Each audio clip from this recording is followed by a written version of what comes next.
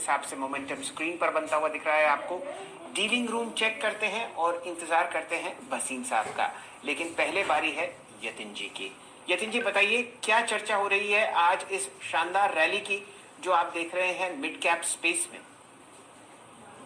तो शैल जी, देखिए, large caps की बात करें तो कहीं ना कहीं रेंज बाउंड ट्रेड है, ज्यादा कुछ मोमेंटम नहीं दिख रहा है, लेकिन मिड कैप में काफी अच्छी चहक, खास करके केमिकल्स और फार्मास्यूटिकल शेयर्स में। लार्ज कैप की बात करते हैं, दो स्टॉक्स जो आज डीलिंग रूम्स अपने क्लाइंट्स को रेकमेंड कर रहे हैं। इसमें सबसे पहले है सेल। और देखिए, पिछले 2-3 दिनों से स्टॉक काफी प्रेशर में है। स्टील के दामों में कटौती का जो अनुमान है वो शायद आगे चलते हुए आपको प्रेशर डाल सकता है स्टॉक पे। तो कहीं ना कहीं यहाँ एक एसटीबीटी की सलाह डीलिंग रूम्स अपने क्लाइंट्स को दे रहे हैं। ओपन इंटरेस्ट में लास्ट टाइम जब मैंने चेक किया था तो लगभग 53-54 लाख शेयर्स का ओपन इंटरेस्ट में एडिशन हुआ था शॉर्ट साइड पे। तो फ्रेश शॉर्ट पोजीशंस बन रही है सेल में, जहां की आप एसटीबीटी स्ट्रेटेजी कर सकते हैं। इसके अलावा फार्मा में ग्रेन्यूल्स पे नजरें होनी चाहिए। डीलिंग रूम्स यहाँ एक पोजिशनल बाय कॉल दे रहे हैं। 350 से लेकर 360 तक के लेवल्स यहाँ आपको शॉर्ट टर्म में देखने को मिल सकते हैं।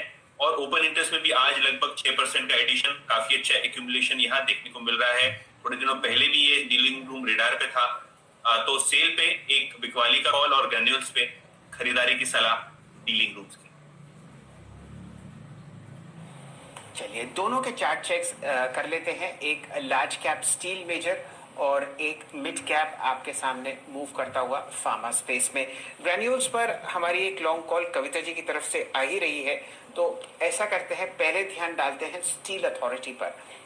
यहाँ पर जुड़ेंगे अब मानस जायसवाल साहब से। मानस जी, लगातार चौथे दिन आप लाल निशान देख रहे हैं। काउंटर आपको 124.20 पर दिखेगा। कैंडलस्टिक चार्ट प्रस्तुत है, बताइए ये वीकनेस कहां तक जाती हुई दिखती है? देखिए, पिछले करीब 8 हफ्तों से अगर आप देखेंगे तो मेटल काउंटर्स में हाई लेवल पे सेलिंग प्रेशर देखने को मिल रहा है और सेल भी लगातार रेजिस्टेंस फेस कर रहा है हायर साइड पे। फिलहाल के लिए इस टाइम ये अपनी 20 डे मूविंग एवरेज के नीचे ट्रेड कर रहा है, जो कि स्टॉक के लिए तो अच्छा नहीं है। मेरे हिसाब से यहाँ पर दबाव अभी थोड़ा और बढ़ सकता है। केवल 1 से 2 दिनों का ट्रेड लेना होगा तो 116 के टारगेट आपको सेट करने हैं। अभी आप बिकवाली करिए, 127 का स्टॉप लॉस रखिए। चलिए आपके सामने फिलहाल बिकवाली की राय आती हुई 100।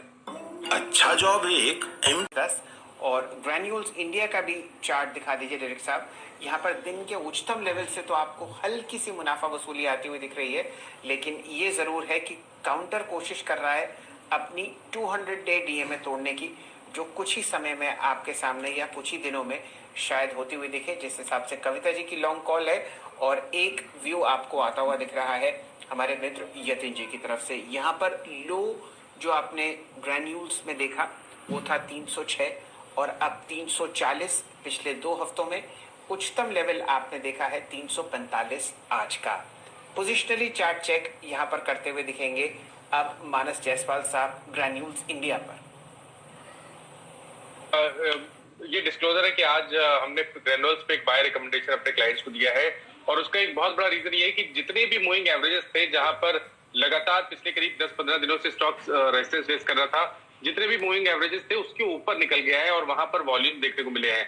तो मेरे हिसाब से तो जो पहले के हाईज थे, मेरे ख्याल से मई के मंथ में 370 रुपए के हाईज थे, स्टॉक उसको टच करने के लिए तैयार हो गया है। 30 रुपए का आपको करंट लेवल से देखने को मिलेगा। अभी खरीदारी करने की राय रहेगी और 325 के नीचे आपको एक पोजिशनल स्टॉप लॉस रखना है। तो ये बताइए जायसवाल साहब, आपने जो अपने क्लाइंट्स को रेकमेंड किया है किस प्राइस पे किया था और क्या वहां पर आपने लक्ष्य साधा है? देखिए, वहां पर भी लक्ष्य वही है। जो रिकमेंडेशन प्राइस था वो मेरे ख्याल से 340 या 342 के आसपास ही था। तो वहां से अभी तक कोई खास चला नहीं है, कोई बड़ा मूव नहीं देखने को मिला है। लेकिन क्योंकि ये क्लियर कट ब्रेकआउट है, जहां पर आपको वॉल्यूम दिख रहे हैं और प्राइस पे ब्रेकआउट देखने को मिला है, तो यहाँ पर फॉलो बाइंग जरूर देखने को मिलेगा। और मैं तो उम्मीद करूंगा कि 1 से 2 हफ्ते में ही आपको 370 के भाव देखने को मिलेंगे।